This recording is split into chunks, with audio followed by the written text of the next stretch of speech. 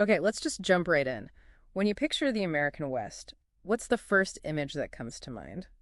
For most people, it's that myth, isn't it? The rugged, lone, white cowboy. Exactly. That figure you see in Frederick Remington's art, like the Bronco Buster. So today our mission is to unpack that fiction and get to the real history. And the real history starts somewhere completely different. The whole idea of the cowboy, the ranching, it all comes from Mexican vaquero traditions. That's the foundation.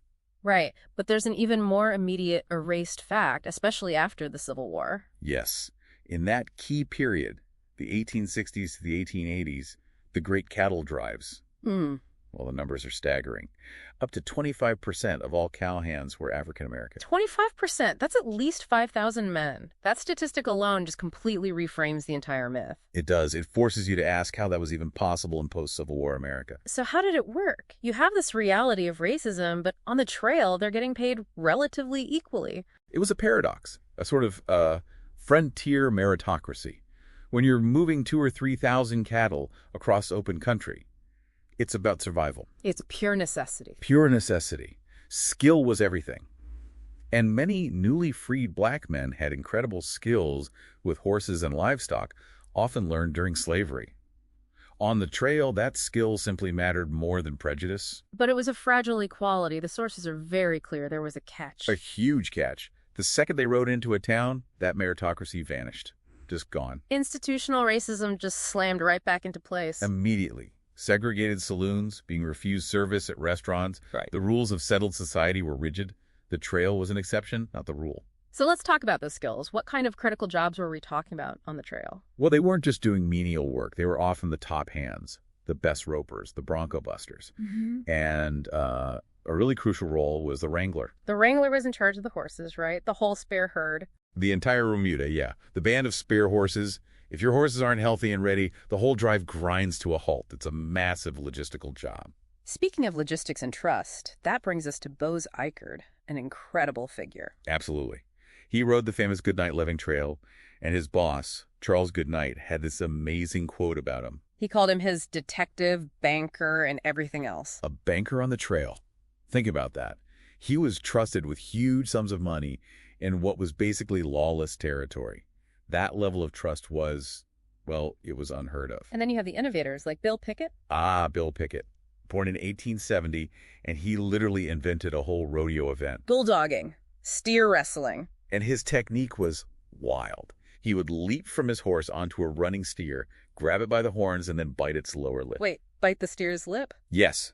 That gave him the leverage to wrestle it to the ground. He became world famous for it, performed with the 101 Ranch Wild West show. But even with that incredible, unique skill, he faced a commercial ceiling. He did. To be more profitable, to perform in certain white venues, he often had to use an alias. Sometimes he even had to pose as Mexican. It's just so frustrating. An innovator who had to hide his identity to sell his own invention. It is. And thankfully, we have some written records that push back. There's Nat Love, also known as Deadwood Dick. His autobiography, right, from 1907. It's the only known first-hand account from a black cowhand of that era.